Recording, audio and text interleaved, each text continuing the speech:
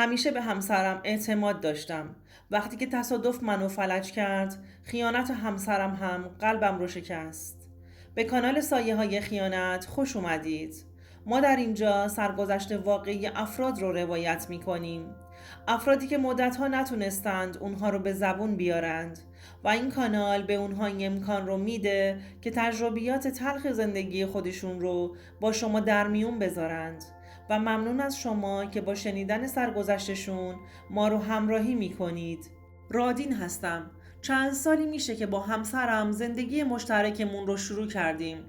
بعد از اینکه دانشگاه هم رو به پایان رسوندم و توی رشته تحصیلی خودم توی مدرسه ابتدایی به عنوان معلم مشغول به کار شدم. مادرم تصمیم گرفت که برام بره خواستگاری. منم اهل دختربازی نبودم.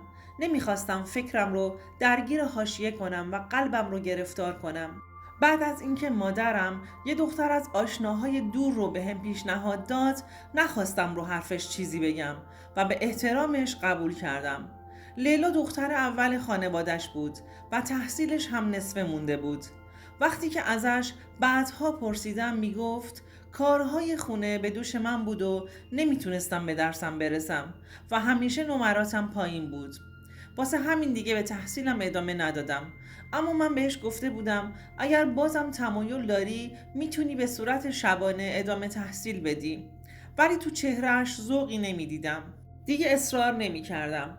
مراسم ازدواج من و لیلا خیلی زودتر از اون چیزی که فکرش رو میکردم سر گرفت. من تو این فاصله سعی کردم خونه ای رو برای خودم اجاره کنم تا بتونم اول زندگی با همسرم مستقل زندگی کنم. لیلا دختر خوبی بود. با هم سر سازگاری داشت. دوستان عزیزم، اگر تا اینجای داستان خوشتون اومد لطفاً این ویدیو رو لایکش کنید. چند سال زندگیمون با خوبی و خوشی سپری شد و حاصل این چند سال پسرم رادان بود. با اومدن پسرم زندگیمون زیباتر شده بود. من زندگیم رو خیلی دوست داشتم. پسرم 5 سال داشت. عاشق زن و فرزندم بودم تا اینکه یه روز صبح زود که از خونه زدم بیرون، از کوچه بیرون نرفته یه ماشین با سرعت زیاد زد به من و فرار کرد. اصلا نفهمیدم که چی شد من نقش زمین شدم. اون ساعت از صبح هیچ کس تو کوچمون نبود. یه مدت کوتاه همونجوری مونده بودم. اولش احساس میکردم که مردم چون بدنم حسی نداشت. اما کم کم دردهام شروع شد و صداهای مردم به گوشم میرسید که داشتند به آمبولانس زنگ میزدند. وقتی به خودم اومدم تو بیمارستان بودم و چند جای بدنم شکستگی داشت. نمیتونستم دیگه راه برم. دست و پا و گردنم همه آسیب دیده بودند. دکترها بعد از اینکه چند تا عمل سخت روی من انجام دادند متوجه این شدند که پاهام به خاطر آسیب شدید به نخاع کمرم از کار افتادند. من اونجا بود که فهمیدم دیگه نمیتونم راه برم. چشام سیاه شده بود. دیگه زندگی برام معنایی نداشت. سر کوچمون هم دوربینی نبود که بخوام پیگیر این ماجرا باشم و بخوام راننده ماشین رو پیدا کنم. به این دلیل دستم به جایی بند نبود. بعد از اینکه از بیمارستان مرخصم کردند خونه نشین شدم و از کار افتاده. ناراحت زن و زندگیم بودم که چطور میتونم نیازهاشون رو برآورده کنم. از اینکه لیلا باید کارهای شخصی منو انجام میداد خیلی ناراحت بودم و عذاب میکشیدم. دیگه داشتم به شرایطم عادت میکردم. لیلا هم بچه رو میبرد مهد کودک و به هم میگفت که همونجا تا ساعت تعطیلیشون میمونه. منم قبول میکردم و حتی ازش تشکر هم میکردم که حواسش به پسرمون هست. اما کم کم متوجه شدم که حرکات و رفتار لیلا تغییر کرده. هر روز صبح به جای اینکه اول به بچه برسه کلی به خودش میرسید و بعد شروع میکرد به آماده کردن پسرمون. آرایشش هر روز غلیظ‌تر میشد. طرز پوشیدن لباسش هر روز فرق میکرد. هر روز یه تیپ میزد. تا اینکه به حرف اومدم و بهش گفتم لیلا تو که قبلا تو این فازها نبودی، خیلی ساده بودی و هر روز با یه تیپ بچه رو میبردی. الان چی شده که انقدر تنوع تو خودت ایجاد کردی؟ جواب داد چیزی نیست، واسه اینکه حال دلم خوب بشه این کارو میکنم که روحیه بگیرم. آخه نه اینکه تو رو اینجوری میبینم دارم افسرده میشم. منم وقتی که اینو شنیدم ناراحت شدم و رفتم تو فکر. چرا باید من این اتفاق برام میافتاد که زنم با دیدن من عذاب بکشه؟ دیگه چیزی نگفتم و سر جام ساکت نشستم. اثرات داروهام هم کم شده بود. نمیدونستم چی کار کنم. هر روز درد داشتم. دردم کلافم میکرد. یکی از دوستام که شرایط حال منو فهمیده بود به هم پیشنهاد مواد داد. گفت اگر روزی یه ذره از این مواد رو بخوای مصرف کنی اصلا احساس درد نداری. من بدون اینکه به بعدش فکر کنم حرفش رو قبول کردم. میخواستم از دردی که داشتم رهایی پیدا کنم و جلوی زن و پسرم آه و ناله نکنم. بهش گفتم هر طوری که هست به دستم برسونه. وقتی که بار اول مصرف کردم دردم آروم شد. کم کم وقتی اثرش کم می شد مقدارش رو بیشتر می کردم. اصلا نفهمیدم چطور شد که درگیرش شدم و بدون مصرف کردن دیگه روزم شب نمی شد. گرفتارش شده بودم و زنم هم متوجه این قضیه شده بود. اوایل با هم خیلی بحث می کرد. اما بعدش یهو دیگه آروم شد و کاری به کارم نداشت. گفت میرم برات دارو میخرم که مصرف مواد رو کنار بذاری و از دارو استفاده کنی. برام قرص گرفته بود و صبحها وقتی که داشت پسرم رو به مهد میرسوند یکی از اون قرص ها رو به من میداد. بعد از 1 ساعت که اون قرص ها رو میخوردم به شدت خوابم میگرفت. دلم میخواست فقط بخوابم. گوشهام گاهی میشنید اما چشمام توان این که بخواد باز بشه رو نداشت. همیشه یه سری صداها تو خونه میشنیدم اما به خودم میگفتم حتما توهمات دارو و مواد هستند که اینجوریم کردند. دلم میخواست زودتر خوب بشم و به زندگیم برسم. من عاشق زنم بودم، عاشق پسرم بودم، اما سرنوشت با من این کارو کرده بود. از اینکه اونقدر در طول روز میخوابیدم داشتم افسرده میشدم. بیشتر روز رو از دست میدادم. لیلا میگفت اگر روزها این قرص رو نمیخوری شبها ازش استفاده کن تا بتونی تا صبح راحت بخوابی.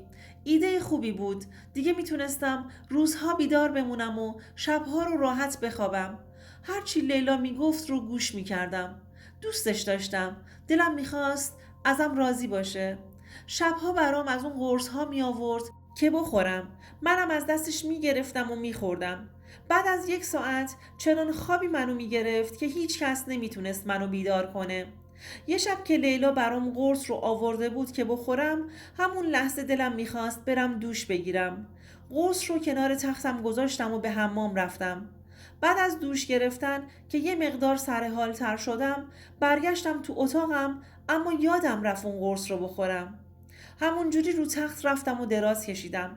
تو فکر و خیال بودم که خوابم برد. نصفه های شب دیدم از اتاق مهمان صداهایی میاد. قشنگ که گوش دادم متوجه شدم که صداها واقعی هستند و توهمی در کار نیست. آهسته خودم رو روی زمین انداختم و به سمت در خودم رو کشوندم. نخواستم از ویلچر استفاده کنم که چرخش صدا بخوره. خودم رو کشون کشون به وسط پذیرایی رسوندم. صداها برام واضح تر شد. خودم رو به سمت اتاق کشوندم. در رو با دستم یه مقدار باز کردم. با دیدن اون صحنه تمام دنیا رو سرم آوار شد. قلبم از حرکت ایستاده بود. زبونم قفل کرده بود. من لیلا رو با معلم زبان مهد پسرم دیدم. اصلا باورم نمیشد که لیلا با من این کارو کرده باشه. اون که ادعا میکرد که دوستم داره و به خاطر وضعیت من خیلی ناراحته. حالا فهمیده بودم که اون قرص های مسکن درد من نبودند. قرص های خواباور بودند که لیلا به خاطر اینکه توی خونه من با اون مرد رابطه داشته باشه به هم میداد و منو خواب میکرد تا بتونند راحت باشند. دلم میخواست بمیرم. چقدر عاجز شده بودم. از اون طرف وضعیت جسمانی خودم، از اون طرفم خیانت لیلا رو به خودم چطور باید باور میکردم. دوباره خودمو با هر سختی که بود رسوندم روی تختم و به دوستم زنگ زدم. اونم از شانس من اون ساعت شب بیدار بود. بهش گفتم که این وضعیت برام پیش اومده. میتونی برام مأمور خبر کنی و تا اینجا بیاریشون؟ دوستم هم کاری رو که بهش گفته بودم انجام داد.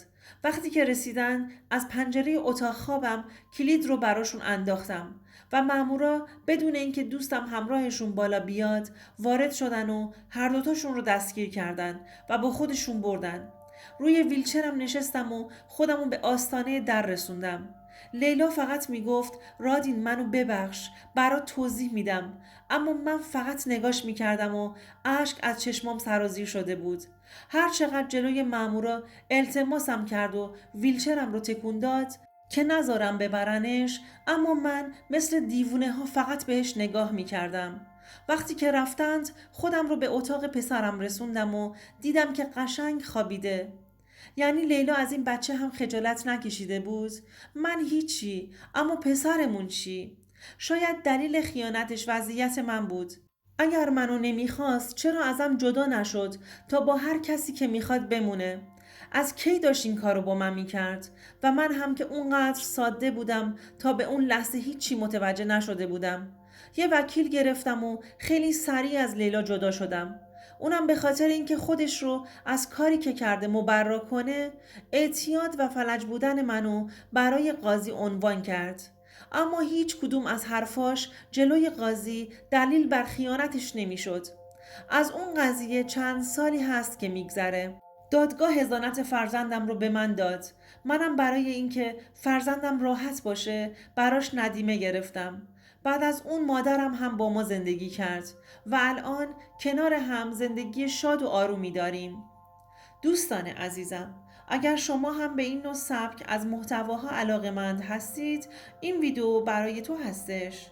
لطفاً برای دیدن ویدیوهای بیشتر ما رو سابسکرایب کنید و ممنون که تا انتهای این ویدیو با ما همراه بودید.